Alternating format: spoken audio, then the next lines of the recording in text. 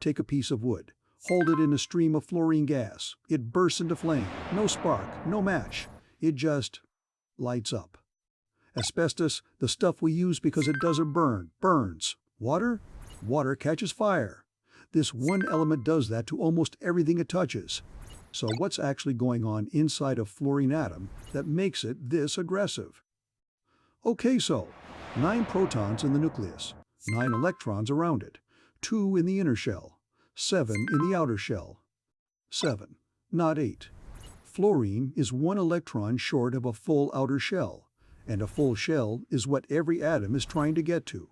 And here's the part people miss. Fluorine is tiny. Covalent radius around 60 picometers, one of the smallest atoms on the table. Small atom, 9 protons, almost nothing in between them and the outer electrons. The pull on any nearby electron is enormous. So when fluorine meets sodium, easy. Sodium has 1 loose outer electron. Fluorine rips it off. NAF. Done.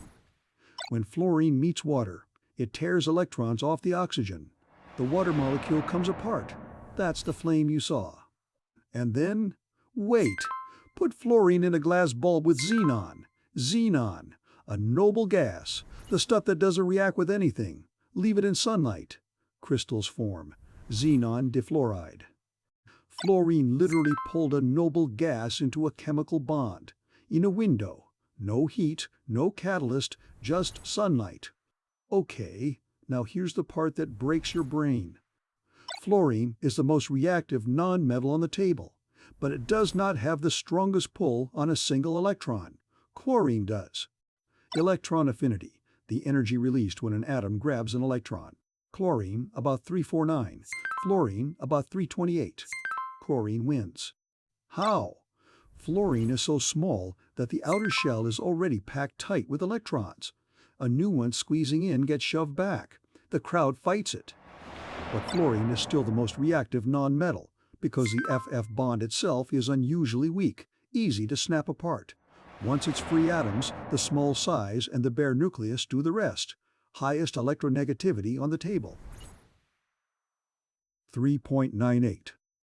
One more thing. Not every noble gas gives in. Xenon does, krypton does, barely. Helium, neon, argon, even fluorine can't crack them. Their shells are too tight. And the bonds fluorine makes with carbon? The strongest single bond in organic chemistry. Teflon, the non-stick stuff, is just carbon wrapped in fluorine. Nothing can pull those electrons off again. So fluorine isn't aggressive because it's hungry. It's aggressive because it's small. 9 protons, almost nothing shielding them. An outer shell, 1 electron short of stable, and a nucleus close enough to grab anything that drifts past. The next time you see fluorine on the table, top right corner, tucked under oxygen, don't see a letter. See a tiny atom with a very short reach and a very strong grip.